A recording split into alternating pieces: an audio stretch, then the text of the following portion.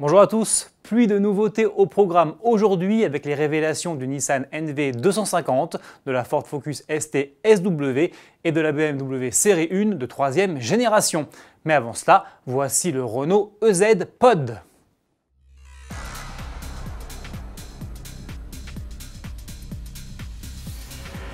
Sur le salon Vivatech consacré à l'innovation technologique qui se tient jusqu'au 18 mai à Paris, Renault présente un inédit véhicule, le nouveau membre de sa famille EZ dédié aux nouvelles mobilités.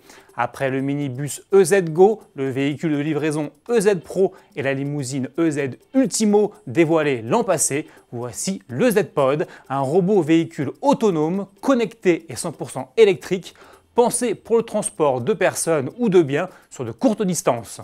Réalisé sur la base d'un Twizy, l'engin est peu encombrant, zéro émission et dénué de poste de conduite.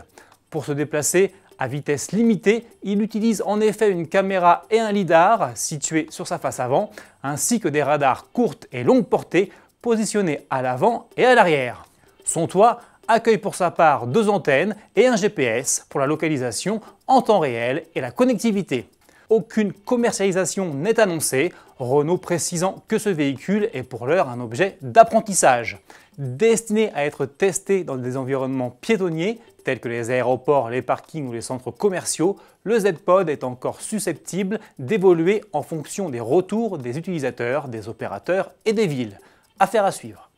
On reste dans l'univers du groupe Renault avec la présentation du Nissan NV250 qui est un très proche cousin du Kangoo.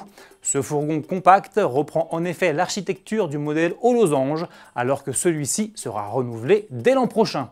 Hormis sa calandre spécifique et rebadgée, le NV250 reprend aussi le style intérieur et extérieur du Kangoo. Sous le capot, même topo, on retrouve le moteur 1,5 litre DCI d'origine Renault avec 3 niveaux de puissance, 80, 95 et 115 chevaux. Décliné en version utilitaire et ludospace, le Nissan NV250 sera produit, comme le Kangoo, à l'usine Renault de Maubeuge dans le Nord. Son lancement en Europe est prévu pour septembre prochain. En février dernier, Ford présentait sa nouvelle Focus ST. 3 mois plus tard, place aujourd'hui à la version Break. Sans grande surprise, cette Focus ST SW reprend le style dynamique de la compacte ainsi que ses 2 motorisations, 280 chevaux en essence et 190 chevaux en diesel. Une boîte manuelle à 6 vitesses ou une transmission automatique à 7 rapports, plusieurs modes de conduite et un différentiel à glissement limité électronique sont également au programme. Côté capacité de chargement, Ford annonce 608 litres contre 375 litres pour la berline, mise à prix 35 150 €, soit 1 000 € de plus que la Focus ST. Avant de se quitter, voici les toutes dernières images de la future BMW Série 1. Cette 3e génération de la compacte gagnera visiblement en caractère avec des traits plus marqués et une calandre plus imposante. Elle adoptera également un combiné d'instrumentation numérique.